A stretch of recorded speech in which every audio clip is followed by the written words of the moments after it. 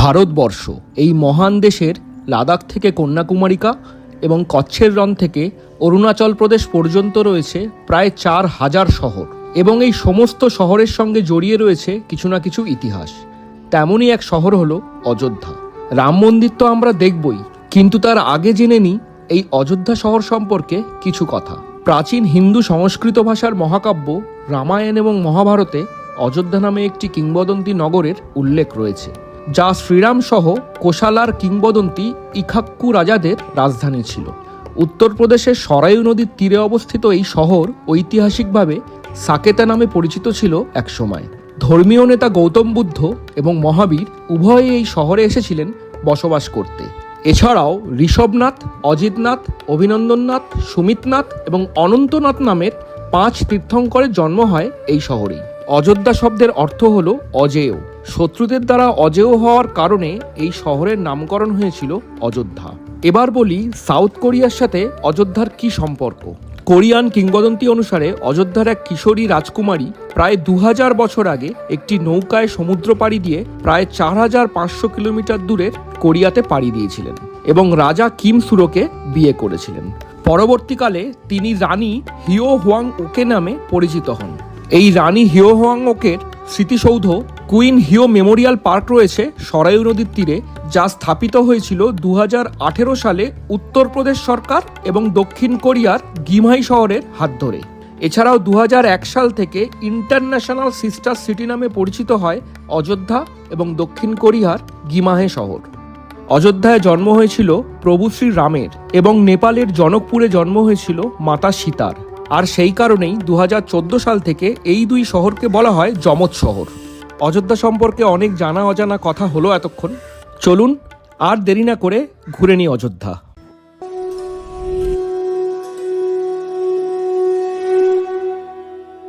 অযোধ্যা শুধুমাত্র একটি শহর নয়, অযোধ্যা হলো মানুষের প্রাণ, অযোধ্যা হলো সভ্যতা। অযোধ্যা এই মহান দেশের সংস্কৃতি এবং দৈনিক জীবনের মূল। ভগবান শ্রী রামের অযোধ্যা, সপ্তপুরীতে প্রথম এই মহান দেশের অযোধ্যা।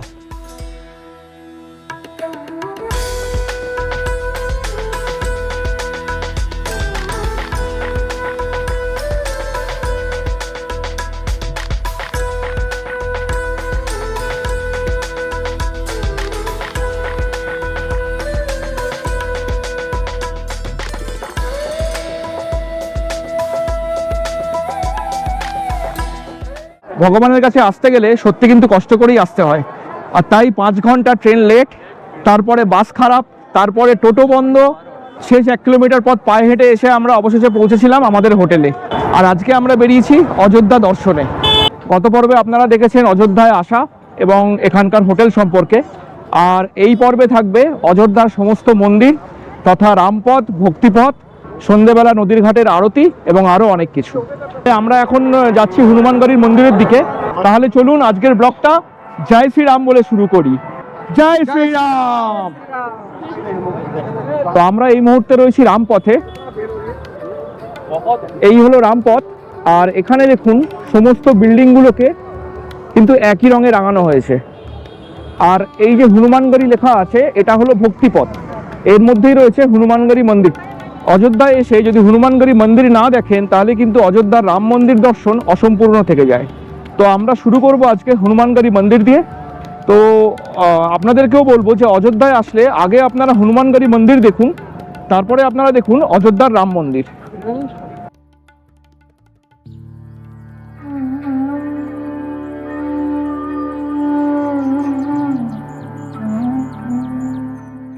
এই ভক্তিপথের একসময় নাম ছিল হরিদোয়ারি বাজার, আর রামপথের নাম আগে ছিল সিঙ্গারহাট। জয় শ্রীরাম, জয় শ্রীরাম।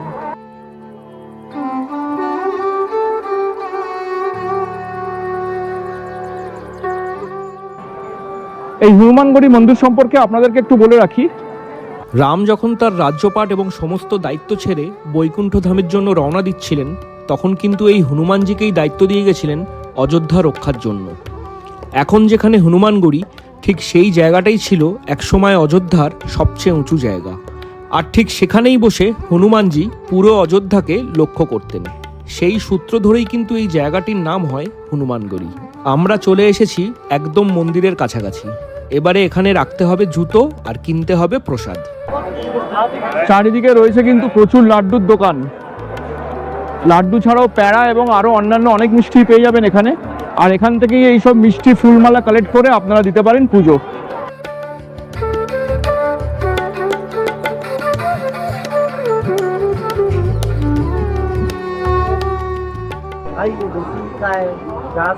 रिफाइंड डाला 200 रुपए किलो।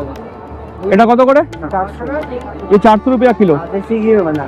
আর ये रिफाइंड डाला है 200 रुपए किलो। আচ্ছা, এটা देसी घी से বানানো, তাই 400 টাকা কেজি। আর এটা রিফাইন্ড অয়েলে, তাই 200 টাকা কেজি। और दुकान का नाम क्या है? श्री गंगा प्रसादम। শ্রী গঙ্গা প্রসাদম। একদম হনুমানগড়ির সামনে কিন্তু এই শ্রী গঙ্গা প্রসাদম দোকানটা রয়েছে, মিষ্টির দোকান। তো এখান থেকে আপনারা লাড্ডু লাড্ডু কিনে কিন্তু পুজো টুজো দিতে পারেন। তো আমি এই 400 টাকারটাই নেব, কারণ এটা দেশি ঘিয়ে বানানো। अभी नहीं। তো হনুমানকে দেবো এবং আমরাও প্রসাদ হিসেবে গ্রহণ করব, তো তাই বেটারটা নেওয়াই ভালো আমার মনে হলো। কোনটা নেবে? এটাই নেব। এটা হ্যাঁ, কত নেবে? নাও না, নিও। আড়াইশো কটা হবে দেখো। 400। এটা 500 या अलग बताई दिया तो क्या करते हो सर? হ্যাঁ, কেবল লাড্ডু চলছে। আর এখানে কিন্তু হনুমানকে যে পুজো দেওয়া হয়, সেখানে কিন্তু শুধুমাত্র লাড্ডুই চড়ানো হয়, অন্য কোনো প্রসাদ কিন্তু চড়ানো হয় না ন্যাচারালি। এছাড়াও কিন্তু আর এই লাড্ডুর দোকান ছাড়াও কিন্তু এখানে আছে আরও অনেক জিনিসের পসরা, বিভিন্ন অনেক রকম দোকান, বিভিন্ন ব্যাগপত্র, নকুলদানা, চিড়ে, ধূপ, আরও অনেক কিছু দোকান আমি দেখতে পাচ্ছি চারিদিকে। হনুমানগড়ির সামনে যে মার্কেটটা আছে সেটাও কিন্তু ঘুরে দেখলে ভালো লাগবে আপনাদের। आपके साथ तो घूमना है सर, मैं डाक दे रहा हूँ। हाँ हाँ जरूर। চলো। তো আমরা লাড্ডু কিনে নিয়েছি, আর লাড্ডু কিনে নিয়ে যাচ্ছি এখন হনুমানগড়ি মন্দিরের দিকে। কিছু একটা বলছে ও না, কথা বলছে। তবে প্রচুর ভিড়, কিন্তু প্রচুর লাইন দেখতে পাচ্ছি। একবার ঘুরে ভিড়টা দেখিয়ে দাও। হ্যাঁ, হনুমানগড়ি মন্দিরে কিন্তু ক্যামেরা অ্যালাও আছে, মানে এখানে যে সমস্ত মন্দির আছে সমস্ত মন্দিরে ক্যামেরা অ্যালাও আছে, শুধুমাত্র রাম জন্মভূমি ছাড়া। তো দেখুন একবার হনুমানগড়ির ভিড়টা।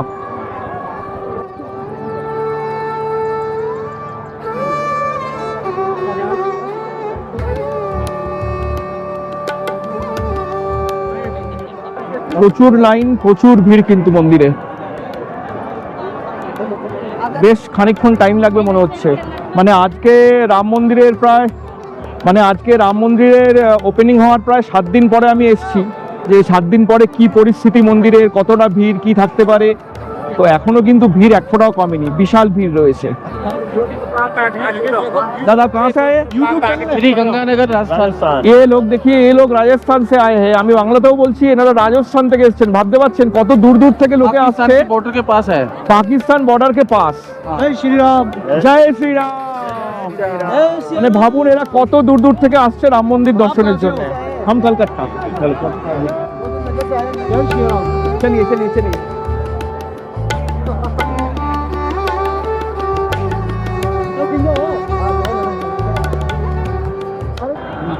আর এই অযোধ্যার প্রতিটি জায়গায় কিন্তু এখন ভারতবর্ষের 22টি এবং ইউনাইটেড নেশনের 6টি ভাষায় কিন্তু লেখা রয়েছে জায়গাটির নাম। দেখুন এখানে কিন্তু বাংলা ভাষাও রয়েছে, ওপর থেকে সেকেন্ডটা হচ্ছে বাংলা ভাষা, হনুমানগড়ি মন্দির। এদিকে বাকি ভাষাগুলো রয়েছে। আর ওই কোনায় রয়েছে ইউনাইটেড নেশনের 6টি ভাষা: Arabic, Chinese, English, French, Russian এবং স্প্যানিশ। সত্যি প্রচুর ভিড়, কিন্তু নিজেকে হাঁটতেই হচ্ছে না, ভিড়ের ঠেলাতেই ক্রমশ এগিয়ে চলেছি।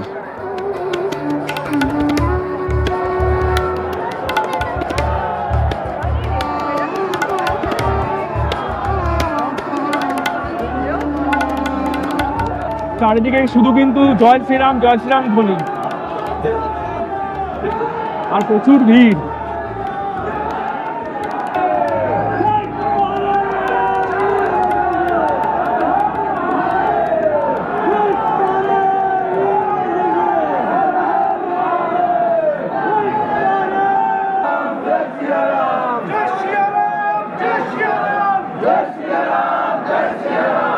হনুমানগড়ি 10ম শতাব্দীতে নির্মিত ভারতবর্ষের একটি বিখ্যাত হিন্দু মন্দির। 52 বিঘা জমির ওপর অবস্থিত এই মন্দিরটির আকৃতি অনেকটা দুর্গের মতো। যার প্রতিটি কোণে রয়েছে একটি করে বৃত্তাকার প্রাচীর। আর গর্ভগৃহে যে মূর্তিটি রয়েছে সেটি হলো মা অঞ্জনীর কোলে অবস্থান করা হনুমানের একটি 6 ইঞ্চি মূর্তি। মন্দিরে প্রচুর ভিড়, আর আমরা এখন প্রায় 50টা সিঁড়ি টপকে এসে গেছি মন্দিরের কাছে, একদম মন্দিরের সামনে। জাস্ট এবার মন্দিরের ভেতরে ঢুকবো, আর আমিও দর্শন করবো, সঙ্গে সঙ্গে দর্শন করাবো আপনাদেরকেও। জয় শ্রীরাম।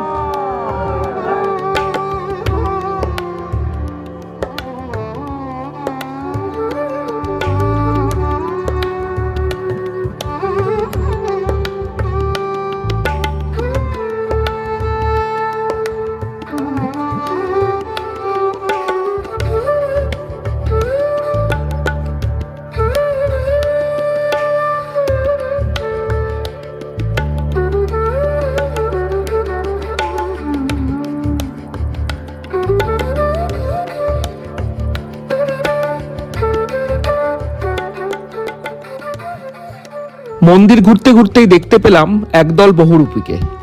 ছবি তুলে নিলাম তাদের। এই হনুমানগড়ির মন্দিরের মধ্যেই কিন্তু আছে একটা রাম সীতার মন্দির, যেখানে রয়েছে রাম, লক্ষ্মণ এবং সীতা। হনুমানগড়ি দেখা শেষ করে মন্দিরের পিছনের গেট দিয়ে আমরা বাইরের দিকে এগিয়ে চললাম। এখন খাবো প্রসাদ, আর এই হচ্ছে হনুমানগড়ির প্রসাদ। খেয়ে দেখি কেরম। ভালো, সত্যি কিন্তু ঘিয়ে তৈরি।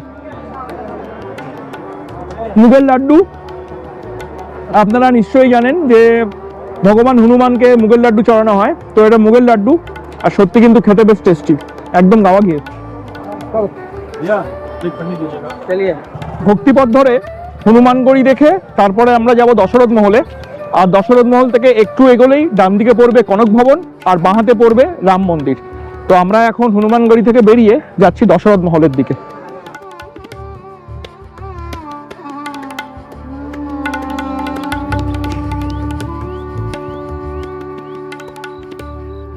এই দেখুন সামনে যে মহলটা আপনারা দেখছেন, এটা হলো দশরথ মহল। দশরথ মহল এখন আন্ডার মেনটেনেন্সের কাজ চলছে। অ্যাকচুয়ালি অযোধ্যায় যত ছোট বড় মন্দির আছে সবারই এখন সংস্কারের কাজ চলছে রাম মন্দির হওয়ার পরে। তো এই হলো দশরথ মহল, আর এদিকে গেলে পড়বে রাম জন্মভূমি, আর ওই রাস্তাটা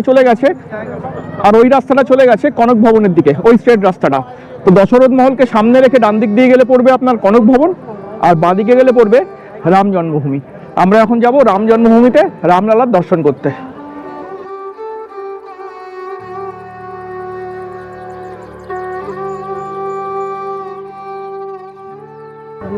চারিদিকটা কিন্তু খুব সুন্দর করে সাজিয়েছে, একই রঙে রাঙিয়েছে প্রতিটা দোকান, প্রতিটা বাড়ি।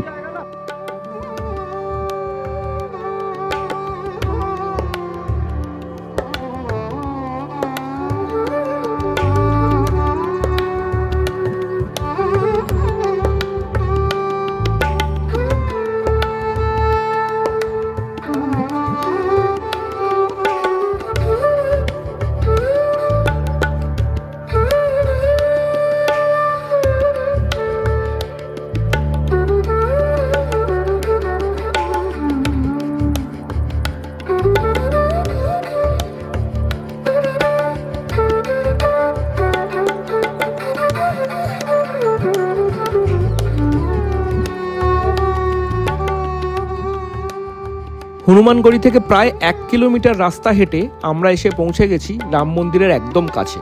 দূরে দেখা যাচ্ছে রাম মন্দিরের আন্ডার কনস্ট্রাকশন পার্ট।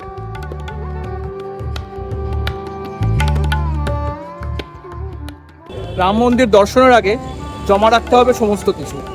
তো ফোন, ক্যামেরা, ঘড়ি সব কিছু জমা রাখতে হবে, শুধু মানি পাসটা সঙ্গে ভেতরে যাবে। আর এখানে রয়েছে বেসরকারি লকারের সাথে সাথে সরকারি লকার। তো আপনারা চাইলে বেসরকারি লকারে তো রাখতেই পারেন, সঙ্গে সঙ্গে কিন্তু রাখতে পারেন সরকারি লকারেও। চাবি আপনাকে দিয়ে দেওয়া হবে, চাবি নিয়ে আপনারা ভেতরে যেতে পারেন, কোনো অসুবিধা নেই। বাট কোনো রিমোট কন্ট্রোল, মানে অনেকেই গাড়ি নিয়ে আসবেন এবং গাড়ির যে চাবি থাকবে সেটা যদি রিমোটে হয় সেটাও কিন্তু ভেতরে যাবে না।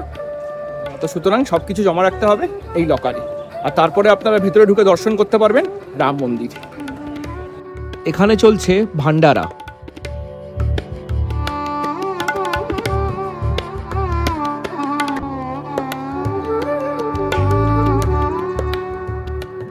প্রতিদিনই এরকম ভান্ডারা শহরের বিভিন্ন জায়গায় হয়ে চলেছে, আর শয়ে শয়ে পুণ্যার্থীরা এই ভান্ডারায় সম্পূর্ণ বিনামূল্যে ভোজন গ্রহণ করছেন।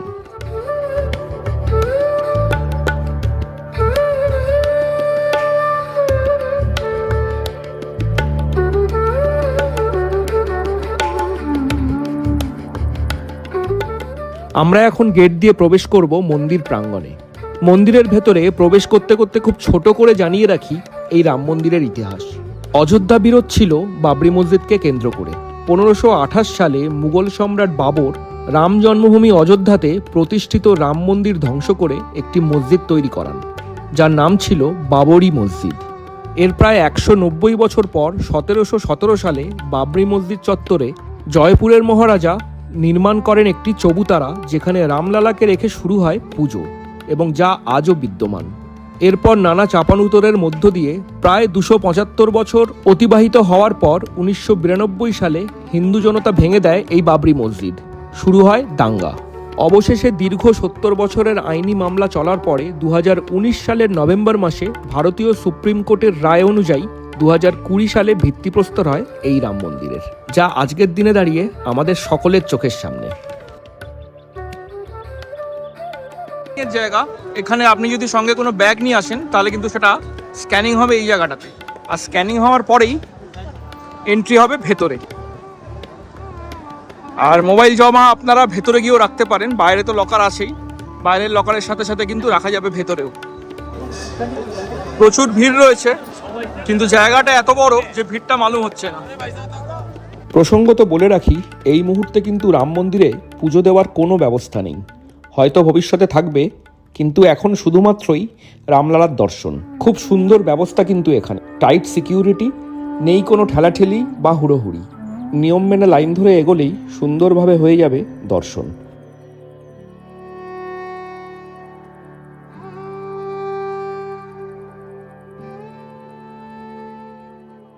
তো সেই সব মন্দিরের কাজ চলছে এখানে। আর এটা হচ্ছে ব্যাগপত্র রাখার জায়গা, এখানে আপনারা ব্যাগপত্র রাখতে পারেন।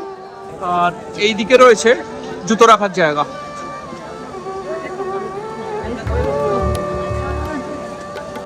লকার রুমেও রয়েছে প্রচুর ভিড়, বেশ অনেকগুলো লকার উইন্ডো কিন্তু আছে এখানে। তবে আমরা ব্যাগ, ক্যামেরা, মোবাইল সব রেখে গেলাম আমার টোটো ড্রাইভার দাদার কাছে। ভেতরে কোনো ছবি তোলা গেল না বলে ড্রাইভার দাদা আমাদের নিয়ে চলে এলো নবনির্মিত রাম মন্দিরের অপর সাইডে, যেখান থেকে দাঁড়িয়ে রাম মন্দিরের একটু ছবি তুলে নিলাম আমরা। প্রায় 1.5 ঘন্টা সময় লেগেছে আমাদের রাম মন্দির দর্শন করে বেরোতে। সন্ধে হয়ে গেছে, তড়িঘড়ি করে চললাম এবার রাম কি পৌরিতে। হরিদ্বারের হর কি পৌরি ঘাটের মতোই অযোধ্যার সরজু নদীর তীরে রয়েছে রাম কি পৌরি। কথিত আছে যে শ্রীরাম এই জায়গা দিয়েই সরজু নদীতে স্নান করতে যেতেন, আর তাই এই জায়গার নাম রাম কি পৌরি। এখানে স্নান করলে মানুষের পাপ ধুয়ে যায় বলে বিশ্বাস করা হয়। বেনারসের ঘাটের মতোই এই রাম কি পৌরির ঘাটেও কিন্তু ভাসানো হয় প্রদীপ।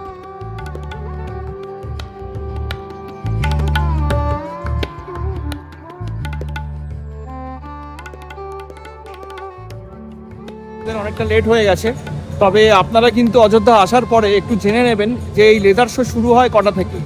গতকাল এই লেজার শো শুরু হয়েছিল সন্ধ্যে 7:15-তে, আর আজকে লেজার শো শুরু হয়েছে সন্ধ্যে 6টাতে। তো আমি এখানে এসে খবর নিয়েছিলাম যে 7:15-তে শুরু হয়, এখন সন্ধ্যে 7টাই বাজে। আমি এসে পৌঁছেও গেছি, বাট দেখতে পেলাম না। এখানে এসে জানলাম যে লেজার শো 6টা থেকে শুরু হয়, শেষ হয়ে গেছে। লেজার শোর টাইমিং কিন্তু অযোধ্যায় আসার পরে হোটেল থেকে বা যে টোটোতে করে আপনারা ঘুরবেন সেই টোটোওয়ালাকে কিন্তু অবশ্যই জিজ্ঞেস করে নেবেন, আর চেষ্টা করবেন সন্ধ্যে 6টা থেকে 6:30টার মধ্যে এই রামকিপাড়িতে পৌঁছে যাওয়ার জন্য। কারণ রামকিপাড়িতে পৌঁছে আপনাদের প্রথমে দেখতে হবে আরতি, আর এই আরতি দেখা শেষ হলেই কিন্তু শুরু হবে লেজার শো। আমার পিছনে এই জায়গাটা দেখছেন, যেখানে ওই সাদা পর্দাটা টাঙানো আছে, ওখানেই কিন্তু হয় লেজার শো। সুতরাং আরও একবার বললাম যে অযোধ্যায় আসলে যদি লেজার শো দেখতে হয় এবং আরতি দেখতে হয়, টাইমিংটা কিন্তু একটু হোটেলওয়ালা বা টোটোওয়ালার থেকে জেনে নিয়ে তারপরেই আসবেন এখানে, নাহলে কিন্তু ঠিক আমার মতো মিস হয়ে যাবে রামকিপাড়ির লেজার শো দেখা। সরজু নদীর তীরে ঠিক এখানেই হয় আরতি, কিন্তু আমরা এত দেরি করে ফেলেছি যে এটাও আমাদের মিস হয়ে গেল। বাট আপনারা কিন্তু একদম মিস করবেন না এই ঘাটের আরতি।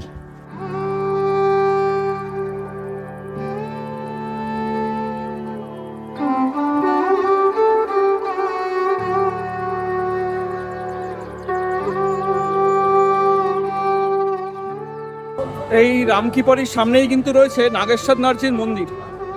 তো আমরা এখন যাচ্ছি সেই মন্দিরেই। আপনারাও কিন্তু এই রামকিপারিতে আসলে নাগেশ্বরনাথজির মন্দির কিন্তু দর্শন করে নেবেন।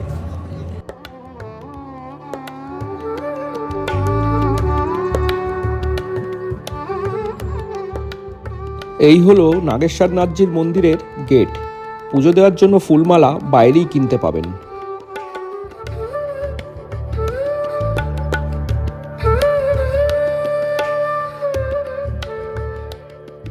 একটু হেঁটে ভেতরে ঢুকলেই পড়বে মন্দির।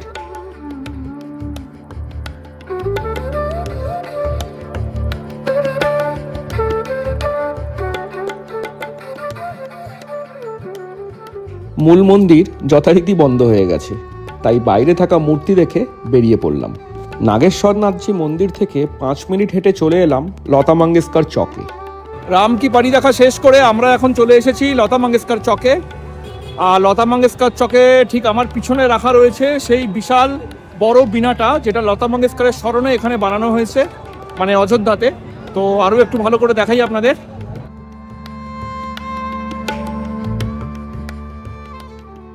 বীণাটির ওজন 14 টন, উচ্চতা 40 ফুট এবং চওড়ায় প্রায় 10 ফুট, এবং পুরো বীণাটা কিন্তু কাঁসার তৈরি।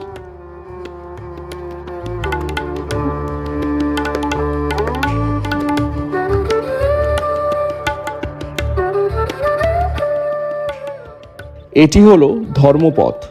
রাম যেহেতু সূর্যবংশী রাজা ছিলেন, তাই ধর্মপথের সমস্ত বাতিস্তম্ভের ওপরে কিন্তু রয়েছে সূর্যাকৃতির আলো।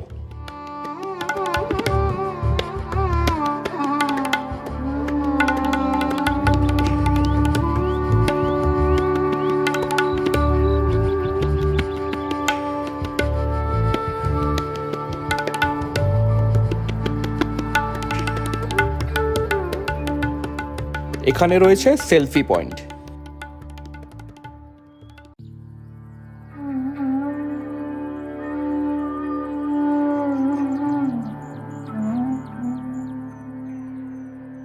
এখন আমরা চলে এসেছি দশরথ মহলের সামনে। রাত 8টা বাজে, সবই প্রায় বন্ধ হওয়ার সময় হয়ে এসেছে এবার। চলুন তাড়াতাড়ি ভেতরে যাই।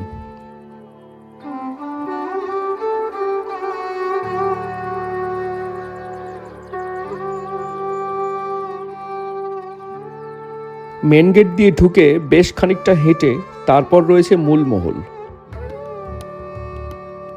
বাহ, কি দারুণ সাজিয়েছে।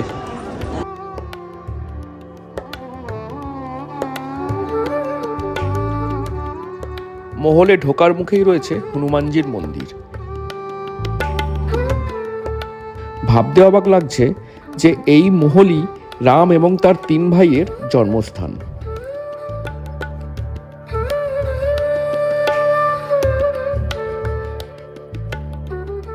যা, লাইট বন্ধ করে দিল, মানে বন্ধের টাইম হয়ে গেছে।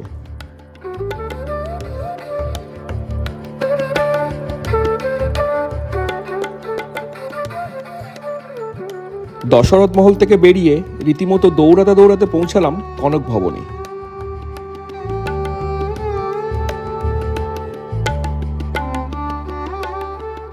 কনক ভবন হলো অযোধ্যার এক অন্যতম বিখ্যাত মন্দির। রাম এবং সীতা বিবাহের পর অযোধ্যায় ফিরে এলে তাদের বসবাসের জন্য এই মহলটি উপহার দিয়েছিলেন রাজা দশরথের পত্নী কৈকেয়ী। শ্রীরামচন্দ্রের বৈকুণ্ঠধামে চলে যাওয়ার পর এই প্রাসাদ প্রায় ধ্বংস হয়ে যায়, যা আবারও নির্মাণ করেন রামের কনিষ্ঠ পুত্র কুশ। দাপর যুগের পুনর্গঠন করেন শ্রীকৃষ্ণ। মধ্যযুগের সংস্কার সাধন করেন রাজা বিক্রমাদিত্য। 1027 খ্রিস্টাব্দে সালার জংয়ের নবাব দ্বিতীয় গাজী এই প্রাসাদ আবার ধ্বংস করেন। পরবর্তীকালে বুন্দেলখণ্ডের মহারানী ব্রিজভান কুনওয়ারি 1891 সালের সংস্কার সাধন করেন। এই মন্দিরের স্থাপত্য ও শিল্পকর্মে রাজস্থান এবং বুন্দেলখণ্ডের প্রাসাদের সাদৃশ্য লক্ষ্য করা যায়।